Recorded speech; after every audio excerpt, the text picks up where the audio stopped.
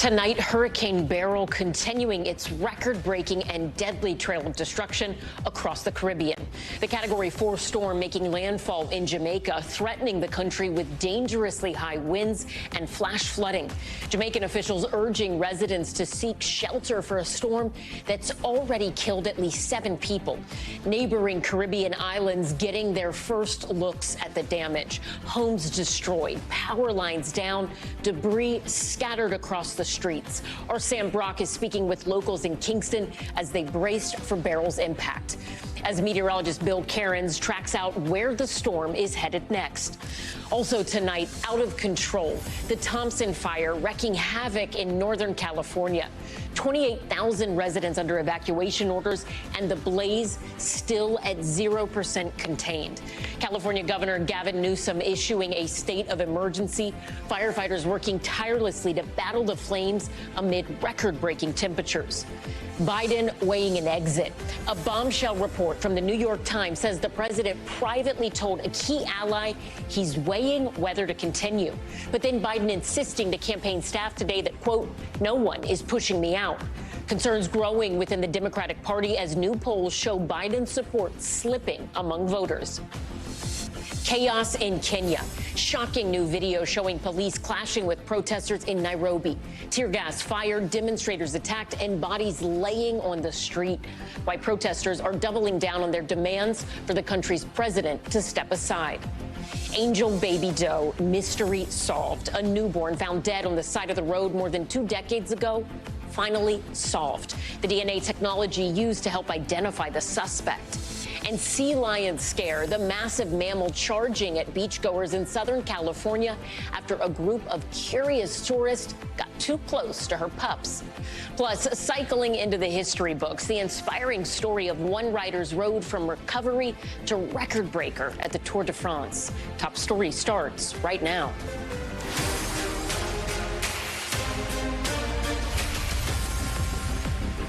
Good evening. I'm Ellison Barber in for Tom Llamas. Tonight, Hurricane Beryl taking aim on Jamaica as its path of destruction through the Caribbean shows no signs of slowing down. The new images just coming in of Jamaican streets flooded from heavy rainfall, rising ocean waters crashing onto shore, and high-power winds bending trees.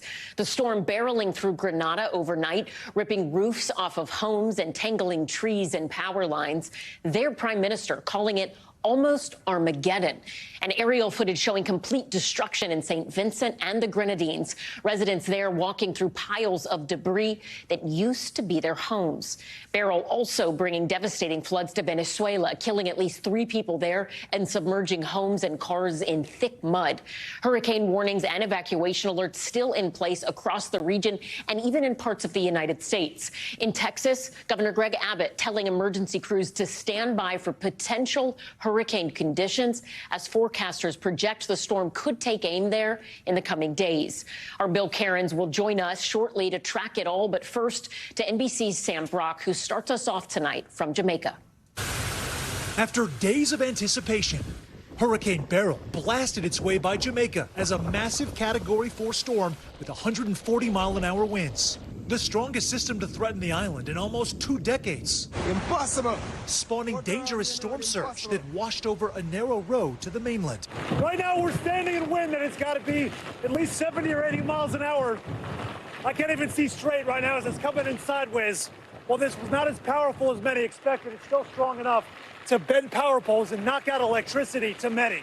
Just hours before Beryl roared ashore, Jamaica's prime minister announcing an evacuation order for low-lying and flood-prone areas. We urge all Jamaicans to comply with notices to evacuate. Though in Kingston, the mayor trying to convince people, unsuccessfully, to go to shelters. Right before the storm hit. We got oil, we got like cereal, sugar. We met people stocking up on last-minute supplies. What is your biggest concern going into the storm? The light and the water. Golden Grocery is a family-owned store that's been here for more than 70 years. What are your greatest fears as we await the landfall of the storm? I'm more afraid for my employees. We are like family. They are family. Beryl already devastated several islands southeast of Jamaica, killing at least 7. In Grenada, the island of Carriacou largely flattened. These Maxar images show it before Beryl and after. While in St. Vincent and the Grenadines, the destruction is indescribable. Officials say 98% of homes on Union Island are either severely damaged or destroyed. It's in a mess. As the Cayman Islands and Mexico are now next in Beryl's crosshairs. And Sam joins us now from Kingston, Jamaica. Sam, in that moment in your piece when you were on camera, we could just see those winds whipping, the rain coming in sideways. You said you couldn't even see straight, but it was not as bad as expected. How much is there to clean up in Jamaica? And do people right now feel like they dodged a bullet, so to speak? Oh, they definitely dodged a bullet. This was a glancing blow for Kingston, Ellison. But to the first part of your question about what it was like in that moment, consider this. These are outer bands that we're experiencing right now. And that's what I had earlier today as I was walking through that sliding rain. And so can you imagine if Beryl in this case was actually 20 miles or 30 miles closer to land, because we have about a 40-mile buffer. That's how far the hurricane-force winds extend. But if it were just a little bit closer, it would have been 50%, 75% stronger than what you saw in that stand-up in my piece. So the folks here got very lucky. We are getting some reports of damage to our east, really, like St. Thomas. There's a church there that has a large hole in the middle of the roof. And we saw some of the roofs being ripped off downtown Kingston. Not a ton of it, but not the extensive damage, certainly, that we saw eastward in the Caribbean. Some of these islands, you know, Union Island, 98% of all the buildings severely damaged or destroyed. Shocking and very thankful tonight. That's not what we saw in Jamaica. Yeah. Sam, talk to us about the communication and power situation there in Jamaica, and if we know how it's impacting some of the other islands. We've seen this in storms in the past.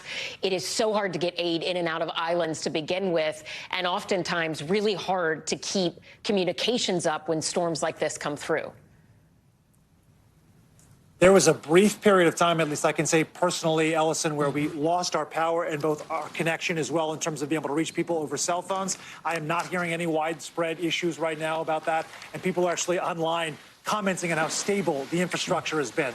So good news to report there as well. Yeah, great news to hear that. Sam Brock, thank you so much. We appreciate it. Let's stick with the weather here and turn to NBC News meteorologist Bill Cairns. Bill, walk us through what is happening with Beryl, the latest track. Should we expect significant impacts here in the United States? Yeah, the odds aren't zero in the U.S., which means everyone, especially South Texas, has to continue to follow this right through the upcoming holiday and into the weekend. As far as Jamaica goes, this storm is right along the southern coast. So Sam is located right where my finger is here. He's far away, but the storm never really got that close to where Sam was, but it has been raking the southern coast. We are not going to know the extent of the damage there until sunrise tomorrow and through the day tomorrow. So just because the eastern half of the island was just, had a glancing blow, that has not been the case. There's been a Category 4 major hurricane raking the southern coast with its northern eye wall. There's going to be some extreme damage. There's going to be thousands of people without homes when this storm is over in Jamaica. It still has 140-mile-per-hour winds. This has been extremely resilient. Last night at this time, I was telling you it should be like 125 or 130. It doesn't sound like a big difference, but magnitudes greater of damage. And this is that red circle where the hurricane winds are, and this is still where the extreme damage is taking place at this hour. As the hours go by, this will pull off the coast. It'll go south of the Cayman Islands tonight, just a glancing blow for them. And then it looks to make a landfall as a Category 1 or 2 hurricane in the Yucatan. And then we're still thinking, Ellison, somewhere between Brownsville and Tampico, most likely as a tropical storm or hurricane Category 1. But there still will be impacts in South Texas. And that's 4 days from now. So things can obviously change. All right, Bill, we are also coming up on a holiday, of course, July 4th tomorrow. You are watching heat and wildfires. Tell us what you see. These temperatures are insane. I mean, Orville, this is where one of the fires is in their evacuations are 106 degrees right now. And we have about 120 people from all of the West Coast through Texas into areas of Georgia that are under some sort of heat alerts. But the stuff in the West is record breaking. I'm expecting over 150 record highs over the next 5 days alone. And there's 2 locations that have a chance of setting their all-time record highs. That's Redding and also Las Vegas. If it hits 118 on Monday, Ellison, that has never happened before in recorded history. All right. Wow. Bill Cairns, thank you. And that major wildfire is still ripping across Northern California at this hour. The Thompson fire, it has forced thousands of residents to flee their homes as firefighters battle the blaze from the ground and the air. NBC News correspondent Liz Kreutz has the latest on the efforts to try and contain the flames. Tonight, a massive wildfire in Northern California burning out of control amid triple-digit temperatures. The Thompson fire spreading across more than 3,500 acres with zero containment. As tens of thousands scramble to safety ahead of the July 4th holiday, forced to evacuate with the fire bearing down on residential neighborhoods outside the city of Oroville. I'm a little bit worried that, we might not have a place to go back to. Several homes and structures destroyed as firefighters work round the clock to battle the fast-moving blaze. Flames burning on either side of the Oroville Dam spillway. Crews are using Lake Oroville here to try to fight this fire. You can see multiple helicopters right now are coming to the lake, picking up water to attack this fire from the air. The Inferno, one of several burning across the west with intense heat and heavy winds creating conditions ripe for fire. What's the biggest challenge right now?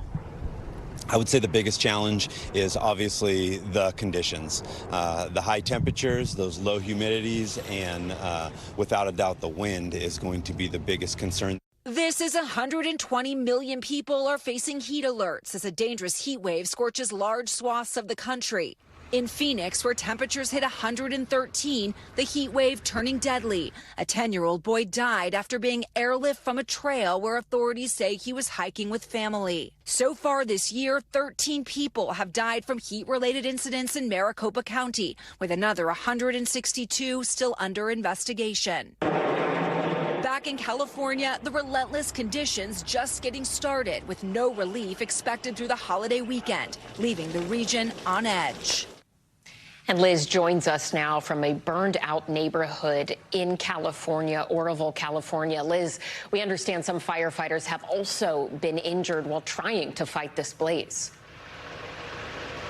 Yeah, Ellison, 8 firefighters right now, we're told, have been injured fighting this fire, some of them from heat-related incidents and illnesses, heat stroke, heat exhaustion. It just speaks to the challenging conditions right now during these triple-digit temps across the state right now. And yeah, you can see some of the destruction from this fire. This is a home here completely destroyed. Those 2 cars there burned to a crisp. Thousands, nearly 30,000 people, Ellison, remain evacuated right now heading into the July 4th holiday. Ellison. Liz Kreutz in California, thank you. Now to the other major story we're following tonight, the growing pressure on President Biden over his disastrous debate performance. The New York Times reporting that the president is now telling key allies he's weighing whether to continue his re-election bid. This coming as new polling taken since the debate shows troubling numbers for Biden, especially in regards to voters' views on whether he is too old to serve. NBC News senior White House correspondent Kelly O'Donnell has more. Facing doubts from within his party and new polling that shows the president falling further behind former President Trump, today candidate Biden telling his team, "No one is pushing me out." The president and vice president held a conference call with campaign staff. Officials say he was direct, saying to aides, "Let me say this as clearly as I possibly can, as simply and straightforward as I can. I am running." Nearly a week after the debate that the White House labels a bad night, the president called key congressional Democrats, officials here acknowledging the strain. That the last few days have been challenging. With more troubling signs in new polling done after the debate. President Biden now trailing former President Trump by 6 points. 80% of those surveyed said they consider the president too old to run again. Biden allies say the president must counter that perception. President Biden has got to go out there and on a sustained basis show he has the stamina and can do the job. But a second House Democrat, Arizona's Raul Grijalva, has now called on Mr. Biden to drop out. The president's only public event today, a Medal of Honor ceremony in the East Room. Son Hunter Biden in attendance. The president ignoring reporters' questions. Mr. President, the White House says the president is now feeling great after citing a cold on debate night. The president told donors Tuesday evening that he had jet lag, too, though the debate was 12 days after his return from Europe. The president said that this is not an excuse, but an explanation. Meanwhile, the White House is also trying to blunt any signal the president is even talking about an exit, and rejected a report from the New York Times, not confirmed by NBC News, that the president told an ally he is weighing whether to continue. Is the president telling people he's evaluating the race? False. That is absolutely false. And Kelly joins us now from the White House. Kelly, the president has a critical meeting tonight with governors. What can you tell us? Well, we can tell you that the vice president is now joining that meeting. It is a video conference with more than 20 governors, but a number of them have come here to the White House in person, meeting face-to-face with the president, and now we've learned the vice president as well. This is part of the outreach, trying to shore up support and respond to any questions, concerns, and doubts. Ellison? Kelly O'Donnell, thank you. For more on the future of the Biden re-election campaign, let's bring in our political pros. Basil Smikle, MSNBC political analyst and professor of practice at the School for Professional Studies at Columbia University, and Lance Trover, Republican strategist and former Doug Burgum presidential campaign spokesperson. Basil, let's start with you and that point that Kelly ended her piece on. We heard the White House denying this report from the New York Times, or at least in part. But in this New York Times article, it does say this, and I'm going to quote here. Key allies are apparently saying to the Times that Biden, quote, knows the coming days are crucial and understands that he may not be able to salvage his candidacy if he cannot convince voters that he's up to the job after a disastrous debate performance last week. If this reporting is true and these conversations are being had, do you think it is realistic that he could still hold on? I do. Because what the conversation suggests to me is that President Biden has acknowledged all of the chatter around him and that he is shoring up his support among his allies. He probably should have done that earlier. But the fact that he's doing it suggests to me that he feels there's still time to act. I think there are a lot of Democrats that are still solidly behind him, that want him to make this outreach. And I do think it's true that, you know, if the polls start to show some slippage, he's going to have to continue to reassess. But what I've always said is that what Democrats should have done right after the debate is say, yes, he had a bad night, but Joe Biden on his worst day is orders of magnitude better than Donald Trump on his best day. And if we had gotten that out early, I think you would have seen a lot less consternation over the last, several days since that debate. We're going to come back to you and talk about some polls. But first, Lance, let me bring you in here, because for Republicans, the move seems to be, at least, to sort of sit on the sidelines and watch this play out, right? Has Biden been, in your view, so damaged that the preference is for him to stay in? Or do you think Republicans think Donald Trump could beat any other Democrat if President Biden said, OK, never mind, I am going to actually sit this out? Well, I'm going to leave it up to the Democrats to decide who their nominee is. But I think the problem the White House has and Joe Biden has is not only do they have questions about whether this president is fit for office and whether he can, complete a campaign, they also have an issue of credibility. And that's why they're struggling right now, because they have spent the last 3.5 years gaslighting the American public, lying to reporters as people ask questions about his fitness for office and say, no, it wasn't an issue. The Wall Street Journal had a story just 1 month ago, very well sourced, with dozens and dozens of people saying the president has problems with his mental faculties and things of the like. And the White House struck out and said, no, no, no, you don't know what you're talking about. That is the problem they have right now. It is one of credibility, and that's why they're not getting very far with the American public. And you're seeing the polls that we are seeing here right now from the New York Times and the Wall Street Journal. We'll get to those polls next. But, Lance, on that initial question I asked, there is reporting saying that Trump's team, and this is in Vanity Fair today, that they would rather keep Biden in this race. They feel like that is an easier person for Trump to beat than other alternatives out there. Do you think that's true? Well, I think President Trump is very strong. I mean, he was strong and was beating Joe Biden going into the debate last week. So, again, I think President Trump is very strong, and the Democrats are clearly in disarray. And look, when your opponent is tripping over themselves, you don't want to get in the way of that. All right, Basil, let's turn back to you, because we keep saying we're going to get to polls. Let's get to them now. There is a new New York Times Siena poll that was taken after the debate, and it asks this question: if Joe Biden is too old to be an effective president. And the numbers are pretty surprising and probably not great if you're within the Biden campaign. Overall, 74% of voters said they agreed with that. If you break it up by party, 59% of Democrats agreed that he is too old versus 51% saying that prior prior to the debate. And when it comes to independent voters, we are looking at 79% saying as of now that they agree he's too old. That is up 4 points from before the debate. What do you make of those numbers, and especially when you look at that 4% turn among independents? Does it worry you? It doesn't worry me, but what I said after debate was that he would take a hit, and he's taking a hit. I think a lot of that is already baked in, and what the president needs to do right now is go out and show the American people that he still has the vigor to run for office and to be president of the United States. But what I think has happened is that there's so much conversation about him and less about what was said on debate night, as my colleague talked about lies.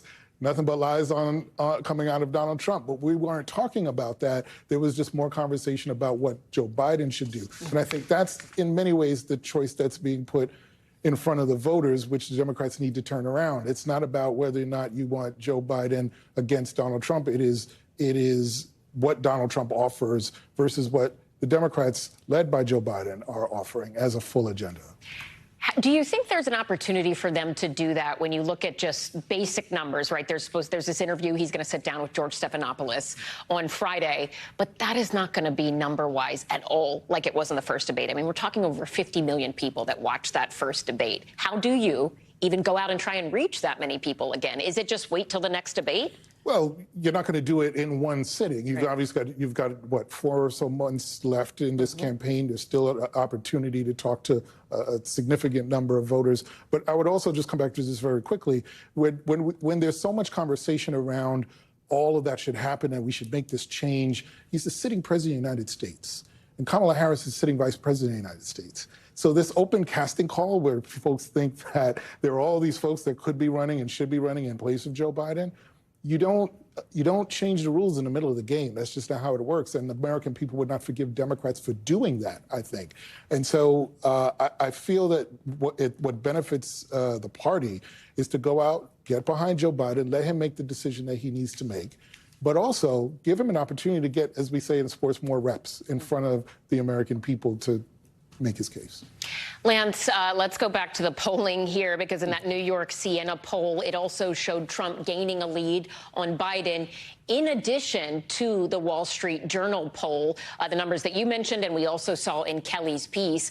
We have seen this trend in, if I'm not mistaken, 3 polls now since the debate, where you see Biden dip and Trump up. There was the CNN poll, Wall Street Journal, New York Times, and the Siena poll now. That's 3 in all. What kind of strategy do you think the Trump campaign is working on behind the scenes to build on this momentum? Is the strategy just don't talk about it and maybe we don't talk about what happens in court? I think the strategy is to continue to let the Democrats figure this out and work this out right now. Those numbers are devastating. And look, polling is a snapshot in time. We all know that.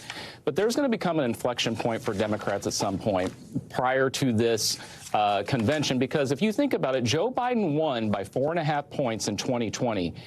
Donald Trump is now up 6 points. That is a flip of 10 points. If they were to go into Election Day with those types of numbers, you're talking about a blowout of epic proportions for Donald Trump and a range of Senate seats and House all going Republican. So this is why it is so critical for them over the course of the next couple of weeks. If Donald Trump is still leading by 6 points a week from now, Democrats have some real serious decision making. All right, we will see. Basil Smikle, Lance Trover, thank you both. We appreciate your time and insights. Turning overseas now and to tomorrow's UK election. Prime Minister Rishi Sunak with his back against the wall as his presiding Conservative Party makes a final effort to earn votes before polls open on Thursday. Expectations for a historic landslide victory from the opposing Labour Party threatening to end the Conservatives' 14-year run in office. Our international correspondent Raf Sanchez is in London with the latest. The leader of the UK Labour Party, Keir Starmer. Tonight, Britain's political leaders in their final day of campaigning before Thursday's election. Prime Minister Rishi Sunak asking voters to give his Conservative Party another chance after 14 years in power. Your vote will make a difference. Lots of people want to say this is a foregone conclusion. Analysis shows that's not true. But with prices high and growth low, polls find the public in an unforgiving mood, ready to punish the Conservatives. They want to see the Conservatives maybe get get what they deserve after behaving so badly. And hand a potentially historic landslide victory to the center-left Labour Party. Thank you. Labour's Keir Starmer now poised to become Britain's next Prime Minister and the leader of America's closest ally on the world stage. We've now had 14 years of chaos, of division and failure, and the choice tomorrow is to bring that to an end, to turn the page and start to rebuild with Labour. A former prosecutor, Starmer is a political centrist whose policies and politics align with President Biden's. But next year, he may be dealing with a second-term Donald Trump, who's threatened to pull the U.S. out of NATO and cut support for Ukraine. Does Keir Starmer have what it takes to stand up to Donald Trump on the world stage? I think Keir Starmer will stand up for what he believes in. When it comes to foreign policy, our support for NATO is the cornerstone of that. The UK has voted out. A Labour victory would end the chaotic chapter in British politics that began in 2016 with the Brexit referendum, when the UK crashed out of the European Union. I think the country requires fresh leadership. Since then, 4 Conservative prime ministers have resigned one after another, including Boris Johnson, who was forced out after a series of scandals.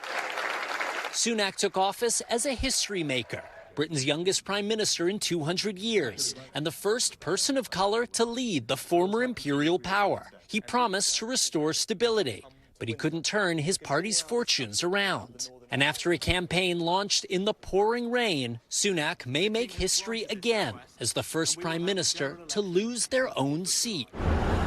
We headed to the West London constituency of Kensington and Bayswater, home to one of the country's closest races. The Conservatives won the last election here by just 150 votes. Now, Labour candidate Joe Powell is hoping to flip the seat. We think this is going to be very close, whatever the national polls show. This is not a traditional Labour seat. Do you think people are excited about voting for Labour, or they just want to punish the Conservatives at this point? Well, I think a lot of people are very excited about voting for Labour because they're desperate for change in the country. And Raf joins us now from Downing Street. Raf, what is the process here? When will we know results? And if the Labour Party wins, how soon would a new prime minister take office? So, Ellison, polls close here 10 p.m. local time, 5 p.m. Eastern. We will get exit polls after that, and that should give us a pretty clear sense of where this election is going. What is really interesting is, unlike the U.S., here in the UK, there's no transition period between the election and a new government taking office. So, assuming Keir Starmer and the Labour Party win, Starmer will give his victory speech Thursday night. He will sleep for a couple of hours. He will head to Buckingham Palace just down the road to see King Charles, and then he will come here to Downing Street. He'll walk through that famous black door, and he will immediately take up his post as the new Prime Minister of the United Kingdom. Elsa. Raf Sanchez in London, thank you.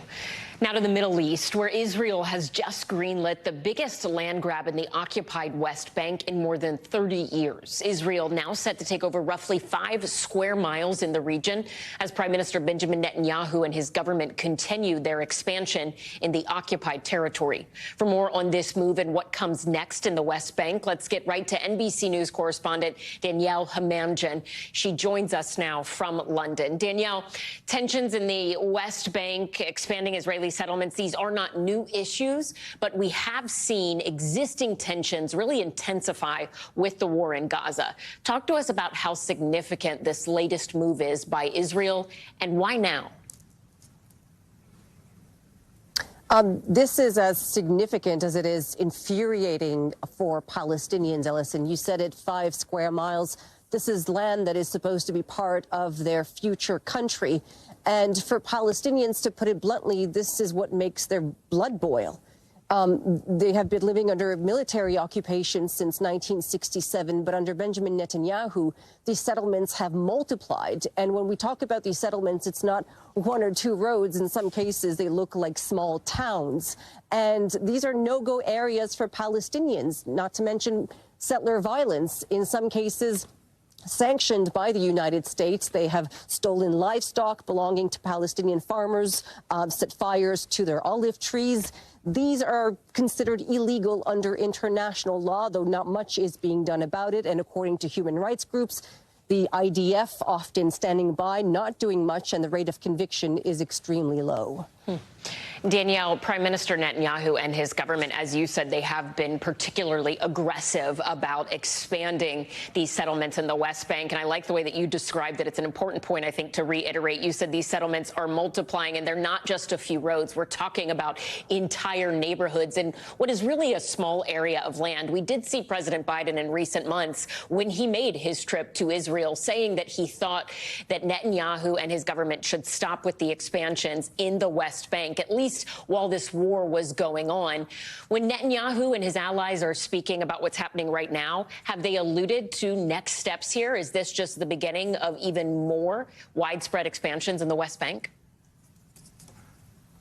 I think you have to remember who's in charge of the settlement planning here, and that is Bezalel Smotrich, the far-right finance minister, who himself lives in a settlement, and he has vowed to flood the West Bank with even more settlers, Ellison. Danielle Hamamdin, thank you. Still ahead, Angel Baby Doe mystery solved. Detectives finally cracking this decades-old cold case. How DNA technology pointed to the mother as the suspect. And a new twist in the case of a missing woman. Authorities arresting her husband. What they found that led to that arrest. An in-flight emergency, a Delta flight on its way to Amsterdam diverted when crews realized some of the meals on the plane were spoiled. How the airline is responding. Top story is just getting started.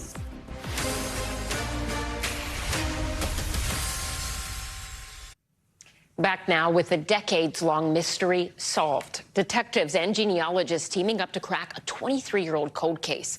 A newborn baby girl's body was found on the side of the road back in 2001. Now authorities say the mother was finally identified and taken into custody. NBC's Valerie Castro has more on how this case was finally solved. Angel Baby Doe was laid to rest more than 20 years ago. Her death and identity, a mystery until now. More than just a baby doe. Retired Johnson County Detective Stephen Shaw originally worked the case when the baby's remains were found dumped on the side of a road near Fort Worth, Texas in 2001. I can look at the pictures, and I could probably write you a photo log of all the pictures. It's vivid. It's vivid. Investigators say the baby was likely born alive but left abandoned, wrapped in a jacket, her umbilical cord still attached. It's believed she bled to death. The investigative trail eventually going cold. And we interviewed a lot of people and got a lot of buccal swabs for our testing, and no matches whatsoever.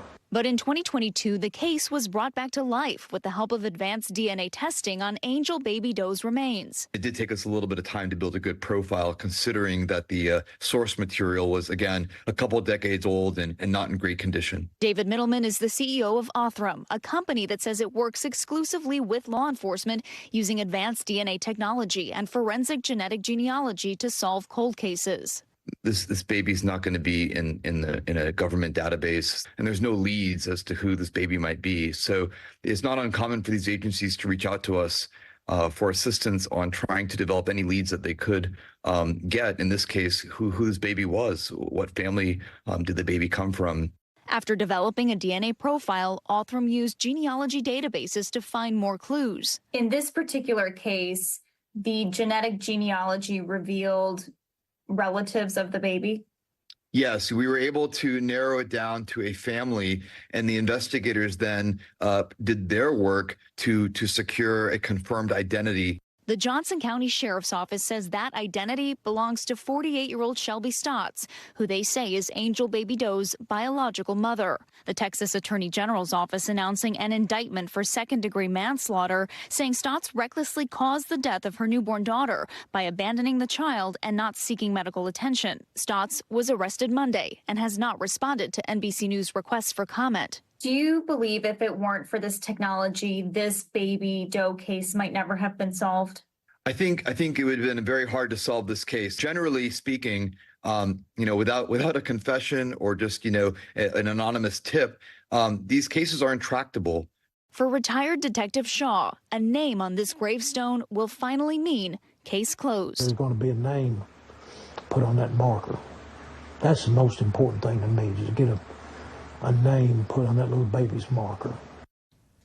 And Valerie Castro joins us now on set. So, Valerie, I understand the technology used to solve this case, it was actually funded basically by people on the internet. Yeah, Allison, this is advanced DNA technology that most law enforcement departments just don't have access to in their forensics labs. It costs money that they don't have in their budgets, especially when it comes to solving a decade's more cold case just like this one. But the company behind this technology, Othram, they created a crowdfunding site called DNA Solves, and they basically raised money to help pay for these cold cases to be solved. That's exactly what happened in this case. We should also note that Shelby Stotts, the woman who was arrested in this case, she is set to appear in court later this month. Valerie Castro, thank you. When we come back, a frightening scene on a beach in San Diego. A massive sea lion charging at tourists, stopping just before it barreled into a crowd. How officials in the area say this scary situation could have been avoided.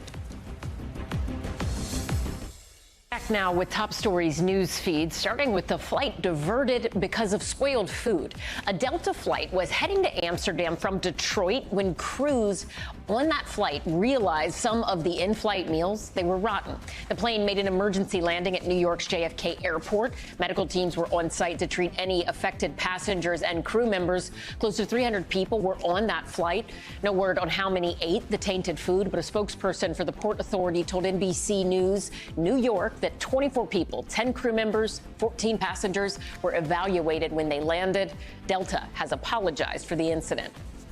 The U.S. is expelling more than 100 Chinese migrants in a rare mass deportation. The Department of Homeland Security saying the migrants were flown back to China on a chartered flight over the weekend. As we've reported on Top Story, the U.S. has seen a dramatic surge in the number of Chinese nationals entering this country illegally through the southern border. DHS says they are now working with China to reduce the illegal crossings and to try and stop human trafficking. And in San Diego, shocking video capturing a sea lion charging at beachgoers. The new cell phone video shows visitors at La Jolla Cove running for cover as that sea lion barreled towards them. Luckily, no one was hurt. Officials say the sea lion became defensive after tourists got too close to her pups. City officials warning visitors to keep their distance from the sea lions during pupping season, which is in the summer. And longtime discount clothing chain Bob's Stores is shuttering its doors. The retailer is permanently closing all 21 locations and liquidating inventory after recently filing for bankruptcy. The company started in 1954 in Connecticut, and all of its stores are located in the Northeast. It's just the latest retailer to file for bankruptcy this year amid a slowdown in consumer spending and mounting inflation. Now to a twist in a missing person case out of Arizona. Authorities arresting the husband of a missing woman after police say they found some type of evidence in the couple's home. NBC News correspondent David Noriega has the details. Tonight, an Arizona man behind bars as the search for his missing wife continues. Authorities telling NBC News Daniel Patakowski reported his 45-year-old wife Kelly missing on Sunday, saying she never returned home from a run and a swim. But now the investigation has taken a new turn. The evidence that we're gathering and processing and analyzing has led us to believe that this is an investigation of homicide. According to Flagstaff police, investigators tracked Kelly's phone to a hiking trail at around 10:20 a.m. Sunday. Police say Daniel was observed in the same area a little more than an hour later. At around 12:13 p.m., police say her phone indicated it was home, but at 1:30 p.m. her car, a 2018 white Mazda, was seen at a different trailhead. Surveillance images show Daniel was also there at that time. Hours later, authorities say he called police to report her disappearance. But on Tuesday, police announcing Daniel was arrested for aggravated assault and that investigators believe Kelly was murdered. Detectives saying they found undisclosed evidence at their shared home. In any case like this, prosecutors can amend charges with new evidence that is discovered or brought. So, for example, if a body is located, that might be a time when homicide charges might be brought. But for now, police and volunteers still looking for any sign of Kelly. Daniel Patakowski's bond is set for $500,000, and it's not clear whether he has legal counsel. The local public defender's office say they haven't received the paperwork required to provide him with an attorney. Ellison? David Noriega, thank you. Still ahead, those violent protests in Kenya taking over the streets of Nairobi. Police using tear gas and batons to try and control the crowds. Dozens killed in the last 3 weeks. We'll tell you why demonstrators are now calling for the president to step down. Stay with us. We're back now with the latest on those deadly protests in Kenya. Chaos on the streets of Nairobi as the demonstrations continue for a third week. Kenyans initially outraged over an unpopular tax bill, the president abandoning that bill, but there are growing calls for him to step down. Chaos continuing on the streets of Nairobi, Kenya. Police clashing with demonstrators, firing tear gas, hitting people with batons, and tossing others in the backs of police vehicles. One man, dressed in civilian clothes, firing off a gun on a sidewalk. The protest in Nairobi began because of a specific bill that would have raised taxes. Kenya's president, William Ruto, abandoned plans for the tax hike a day after the unpopular bill passed. But for many people, that was not enough. Yusra El-Bagir, a reporter with our partners at Sky News, is in Kenya. These are now regular scenes in the streets of Nairobi. Riot police facing off against unarmed protesters who are challenging the state's power. For Kenyans protesting, the bill was a symptom of more systemic economic concerns. And now they want the president to step down. Their frustrations heightened after days of violent and deadly clashes with police. It's no longer the movement that started, it's morphed to something else. What we've seen is really a rogue police, that doesn't ascribe to liberal values of policing in the 21st century. So it's still like a colonial police force that is protecting a regime. The Kenya National Human Rights Commission says at least 39 protesters have been killed, and at least 24 of those were at the hands of police, according to a joint statement released by Amnesty Kenya. And more than 360 have been injured in what the Human Rights Commission describes as an excessive and disproportionate response. So for my children, I'm here, and we're ready to spill our blood. Opposition leaders condemning the violence. We condemn in the strongest terms possible the abuse of police power in the deployment of violent suppression techniques on innocent and armed protesters. President Ruto responding in a TV interview over the weekend. The president cited a lower figure of 19 people killed, and he defended his decision to call in the security forces to respond to what he says are criminals. 24 people dead.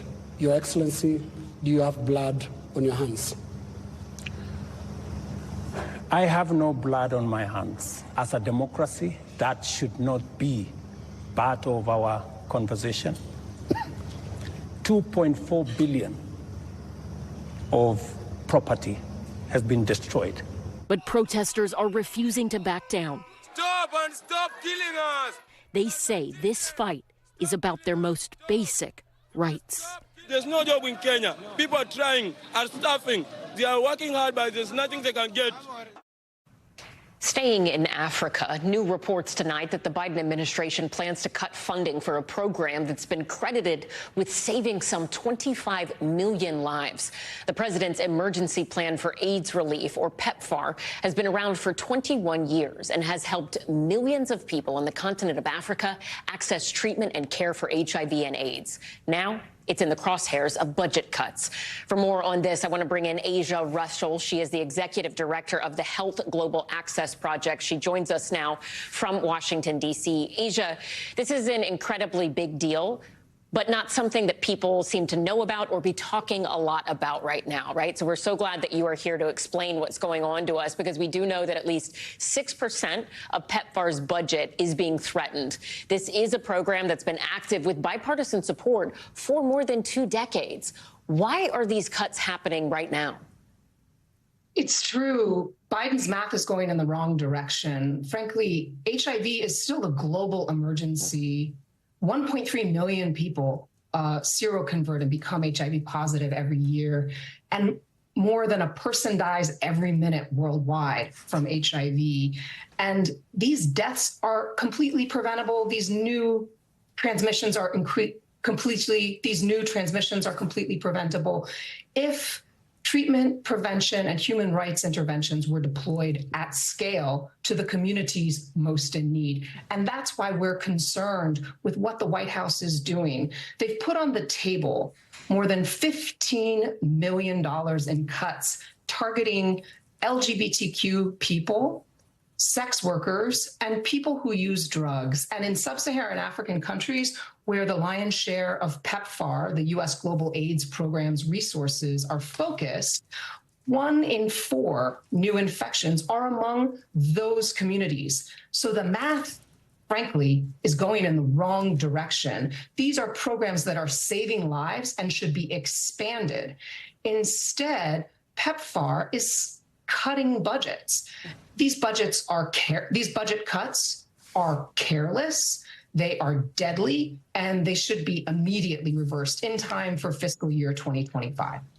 Yeah, I mean, most of PEPFAR's work has been in Africa, but as you said, it's a global issue still, the AIDS epidemic, the HIV crisis, and more than 50 countries across the world have partnered with PEPFAR. You mentioned in sub-Saharan Africa, particularly the LGBTQ plus community, sex workers, and also drug users being significantly impacted. Where else could we see impacts of this cut? Could it be beyond Africa? And when you're talking to your contacts inside of particularly sub-Saharan Africa and in the LGBTQ plus community, those other groups you mentioned, what are they saying about these possible cuts? How scared are they? They're astonished. They feel a sense of betrayal because the Biden administration made a really solemn promise as a candidate and as president that he would run the administration that would help defeat the AIDS pandemic by 2030. And his administration would prioritize decriminalization of these very communities. Why? Because it's morally the right thing to do. It makes sense from a public health perspective, but also the data show very clearly that in countries that don't criminalize same-sex, adult consenting sexual activity, HIV rates are dramatically lower. And life for people with HIV is dramatically longer. So it benefits all communities. That's why it's so gravely concerning that PEPFAR and the State Department seem to be blithely moving forward with $15.5 million in cuts that are frankly wrongheaded, they're unnecessary, and they will affect those communities hardest, but it spills over to everyone. PEPFAR also works, as I said, primarily in East and Southern Africa, but not only there. These budget cuts are targeting Ukraine's programs for these criminalized communities, for example. You also see countries in Latin America and the Caribbean being affected, and countries in West and Central Africa beyond East and Southern Africa. The good news, though, is the administration can reverse these cuts. And beyond that, there's a larger problem, frankly, which is the administration doesn't seem to have a robust strategy for scaling up programs to reach these communities, which is exactly what we need. So first, the cuts should be reversed yesterday. Second, the administration should make up for lost time and slam on the gas with treatment, prevention, and human rights interventions and an overall prioritized strategy that addresses the needs of these greatly at-risk communities and their families, their loved ones, so that we can actually see this administration champion the end of global AIDS. All right, Asia Russell, thank you so much for being with us, Executive Director of the Health Global Access Project. We will continue to follow this issue. Thank you again for your time. Thank you so much for watching Top Story. I'm Ellison Barber in for Tom Llamas in New York. Stay right there. More news is on the way.